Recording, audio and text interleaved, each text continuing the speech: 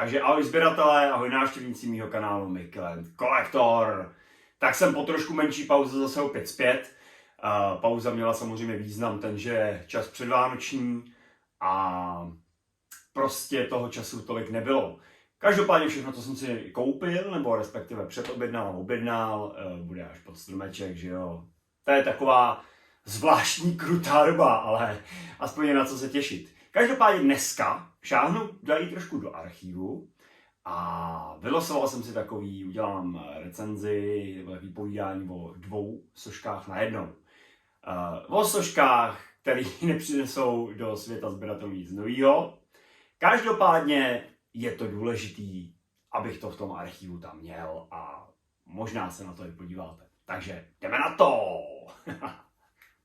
Tak a jak už prozradilo tady moje pozadí a na schválně jsem si zařadil kytaru do pozadí, aby trošku napověděl, o čem dnešní díl bude. Ano, vrátím se o 2 roky zpět, kdy jsem si koupil tuhletu sošku. Dovolím si nazvat kultovní hry Last of Us. Zde se jedná o pokračování, znamená výstižný název Last of Us Part 2. A firma Dark Horse nám představila a udělala takovouhle sošku Ellie s lukem, což znamená hlavní představitelka téhleté úžasné kultovní hry. Já si teda myslím, že to je trošku více jak hra, je to prostě... No, o tom se nebudu rozpovídávat, nejsem tady na recenzi o hry, všichni to známe, všichni jsme to hráli a všichni se z toho můžeme píp. Takže firma Dark Horse, což tu firmu mám rád, dělá dobrý kousky, nám představila tuhletu hezkou, vypózovanou Ellie s lukem. Rukopis Dark Horse jde na tom absolutně znát, je to PVC s krásným paintingem, jako já jsem spokojený. Budeme rozumět tomu, že tahle ta soška je řádově hele, jak který shop, do 15 stovek, jo, nazveme to do 15 českých korun, 1500 českých korun, tak, ne 15 korun, to by bylo lepší, no. Takže prostě za tu cenu jsme dostali zhruba kousek přes 25 cm hezkou sošku Ellie s lukem. Která je, na můj názor, je hezky provedená. Jo. Má base, no, na baseu tam není nějak něco řešit. Malej, hezký, nějaký kameny, mech, který je v celé té hře, jo, všude možně rostliny. Má hezky udělaný boty, baťoch, jo, je úplně skvěle naformovaný. Ellie výraz je vzteklej, no ona taky má k tomu důvod, že jo. A celkově i ta póza, ten nákrok, ta soška se mi hrozně moc líbila. Co je teďko dobrá zpráva, je, že v lednu, nebo v únoru, nebo prostě v roce 2023 firma Dark Horse vydává k téhleté sošce, která pomalu a jistě mizí z pultů obchodů. Dneska jsem schválně na to ještě koukal a říkal jsem si, tyhle, tak ještě nedávno toho byly hromady, jo, to je opravdu mainstream, těch sošek je hromada, tak mizí. A mizí jako velkým tempem, to znamená, jestli to video ještě někoho zaujme a řekne si, tyhle, to ještě nemám, tak máte asi tak nějak poslední šanci. Protože v roce 2023, jak jsem teďko přeskočil, bude pokračování těch sošek. Vyjde Joel a vyjde Abina. A budou vypadat oko kvalitově úplně stejně, každý samozřejmě jinak napózovaný, že jo, a já je rozhodně budu muset ve sbírce mít a rozhodně uvidíte videa. Takže proto jsem se rozhodl takhle ke konci roku natočit tuhletu už profláklou starší sošku, která mi opravdu ve sbírce dělá radost. A aby to video nebylo tak strohý a prázdný, tak jsem se rozhodl, že vám ukážu ještě, nebudu ukazovat celou sběratelku, ale já jsem taky samozřejmě hrdým majitelem téhletý velký sběratelský sochy ze sběratelské edice téhleté hry.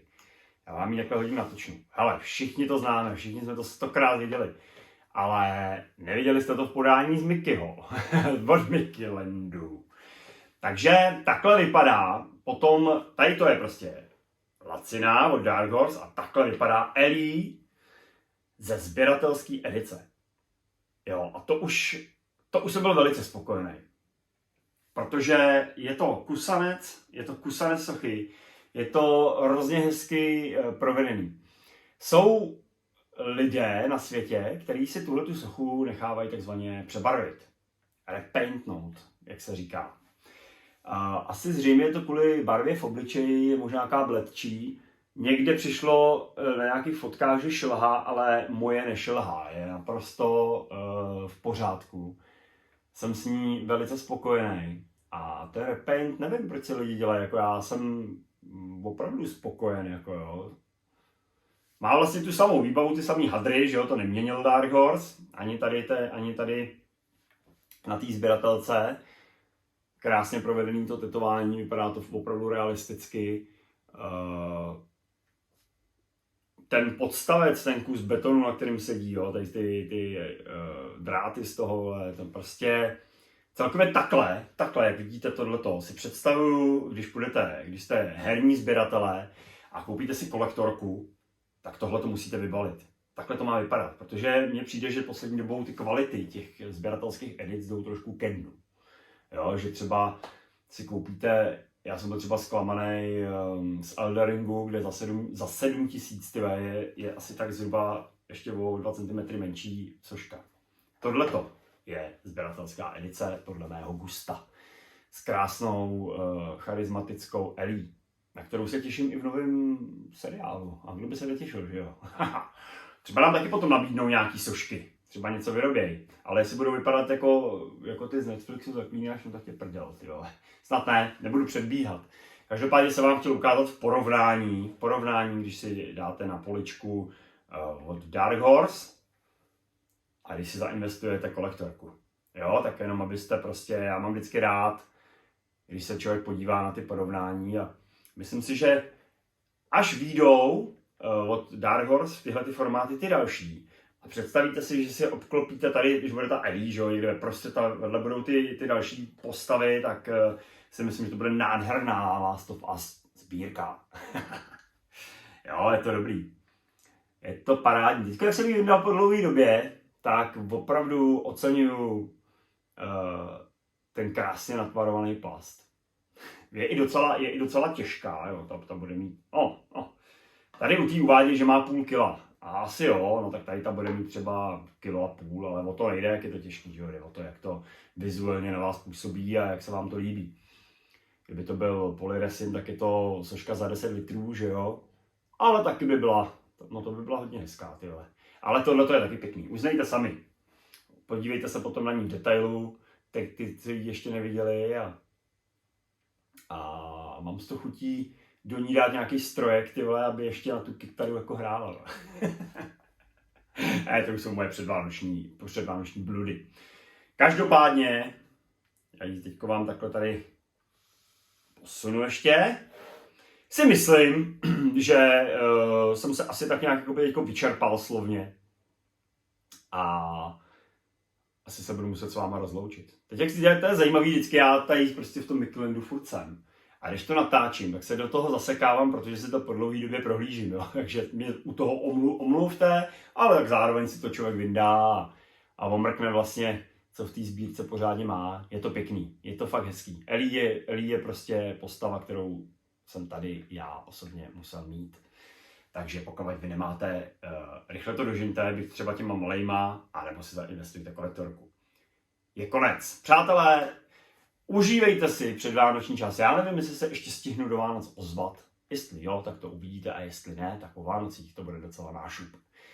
Užívejte si pohodu, klid, žádný stres, žádný mačkání se v Lidlech a Kauflandech, jako jsem zažil včera, ale hezky pěkně do pohodičky. Užívejte, ať pod stromkem najdete to, co si vy přejete, anebo ať vás třeba něco překvapí.